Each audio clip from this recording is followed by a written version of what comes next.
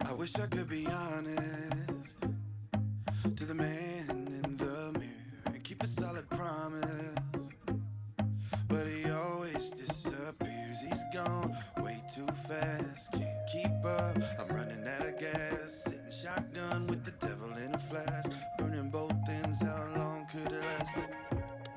What I got isn't what I want. I get lost in the thick of it all. God, why do I do this? All I wanna do is get higher, higher. Oh, oh, I should be walking through the fire, fire, but I'm lying to myself. I can have it all, I can live it up. Always want more, I won't be enough. All I wanna do is get higher, higher. Oh.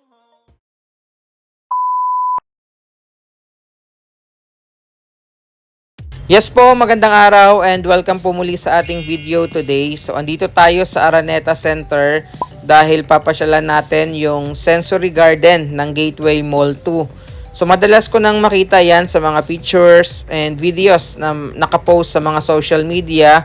Pero this is the first time na makikita ko po yun ng personal and mapapasyalan natin. So, andito tayo sa Araneta Center, dito po sa Cubao. Ayan, sa mga nakamiss and matagal nang hindi po nakakapasyal ulit dito sa bahaging ito ng Quezon City. Ito na po yung itsura ng Cubao or ng Araneta Center. And mula nga dun sa Ali Mall, sumakay tayo ng kanilang service shuttle papunta dito sa Gateway Mall 2. So, biyahe muna tayo and napakabilis lang naman ito, no? Wala pa pong 5 minutes.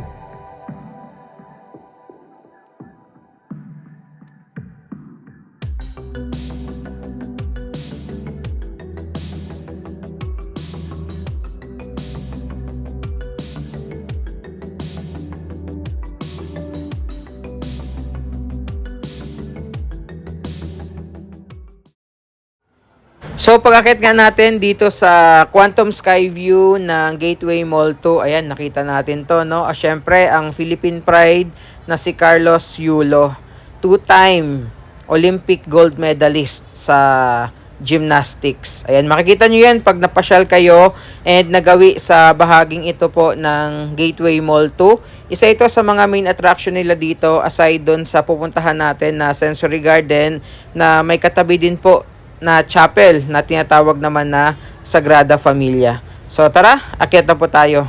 So paakyat na tayo dito sa Sensory Garden na located nga po dito sa 5th level ng Gateway Mall 2. So kung napagod na kayong mag-malling, mag-ikot-ikot, and gusto niyo naman magpahangin, umupo, and mag-relax, so pwede po dito sa Sensory Garden ng Gateway Mall 2. So ayan, this is the first time na makikita rin natin ito in person.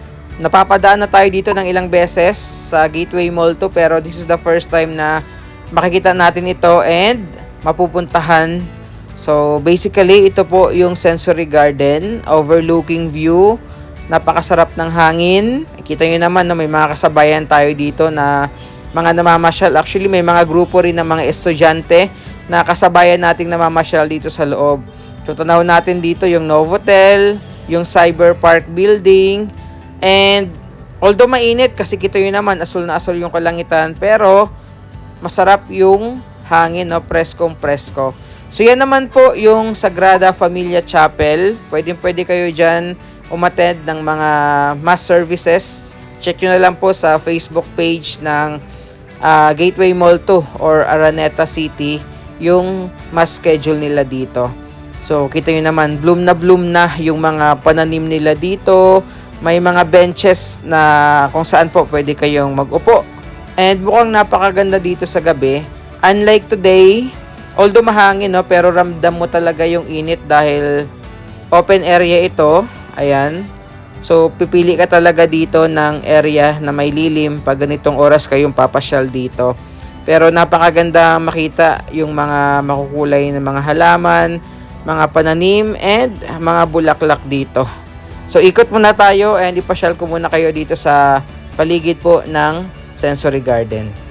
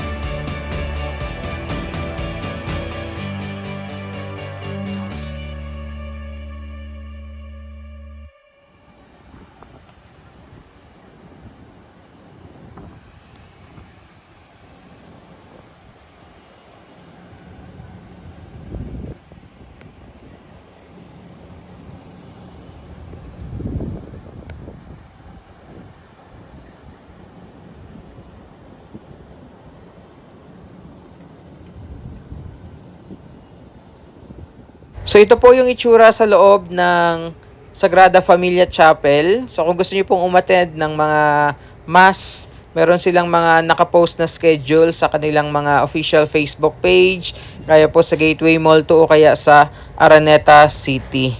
And maliban dyan, meron din pala dito, no, connected na hotel sa mismong Gateway Mall 2. Ito po yung Ibis Style. So yung building na yan, na nakikita nyo, no, yung makulay na building na yan, ay direktang connected po, no, or direktang konektado dito sa Gateway Mall 2. So kung gusto niyo pong mag-staycation o kaya mag-check-in, kung nandito lang naman po kayo somewhere in Cubao, so pwede po yan. And again, directly connected po yan dito sa Gateway Mall 2. So tara, ikot ulit tayo.